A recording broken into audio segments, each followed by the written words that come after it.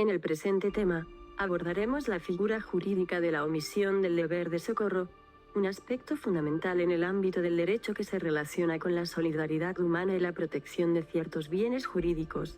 El bien jurídico protegido en este contexto es objeto de debate, aunque en esencia se fundamenta en la solidaridad humana. Principalmente, nos referimos a la vida y la integridad física de las personas, de manera subsidiaria. También se incluyen otros aspectos como la libertad sexual y la libertad en general. En la sociedad, a menudo nos enfrentamos a situaciones en las que surge la necesidad de ayudar a un tercero, basándonos en ese principio de solidaridad. Sin embargo, para que se configure la omisión del deber de socorro, es necesario que la víctima se encuentre en una situación de desamparo y riesgo inminente.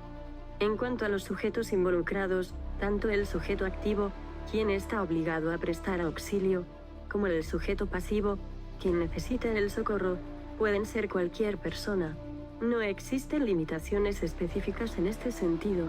El delito de omisión del deber de socorro se configura cuando alguien se niega a auxiliar a otra persona que se encuentra en una situación de peligro manifiesto y grave, y no puede superar esa situación por sus propios medios. Es esencial comprender que se debe prestar la ayuda en la medida de lo posible, sin que esto implique poner en riesgo al obligado. Sin embargo, una problemática que puede surgir es cuando el obligado ha sido el causante directo de la situación de peligro, como en el caso de accidentes de tráfico. En tales circunstancias, se genera un dilema legal que debe ser analizado cuidadosamente. Continuando con la omisión del deber de socorro personal, este delito se produce cuando alguien no ayuda a una persona desamparada y en grave peligro, a pesar de poder hacerlo sin ponerse en riesgo ni a terceros. Lo principal que se debe saber sobre este delito es que es un delito doloso, formal y de peligro.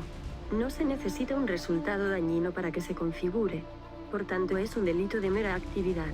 Además, la situación de riesgo debe ser creada por accidente fortuito o imprudencia. Por otro lado, existen excepciones donde no se comete el delito, como cuando el riesgo desaparece, la persona es atendida adecuadamente o el riesgo es de poca entidad. Los supuestos agravados son dos. Primero, la modalidad imprudente sucede cuando se genera una situación de riesgo creada por accidente fortuito por el que omitió el auxilio, creado por imprudencia por quien ha provocado la situación o creada por un accidente por imprudencia, excluido el accidente doloso. La modalidad dolosa se da cuando, por ejemplo, se atropella a alguien con el ánimo de ocasionarle la muerte. Es importante recordar que la ley noroeste obliga al deber de socorro al autor, pero que si presta socorro se beneficia de la atenuante. Respecto a la omisión de petición de socorro, este delito ocurre cuando alguien se encuentra impedido para prestar auxilio a otra persona y, en lugar de pedir con urgencia ayuda a otros que puedan brindarla, decide no hacerlo, sin importar la razón del impedimento.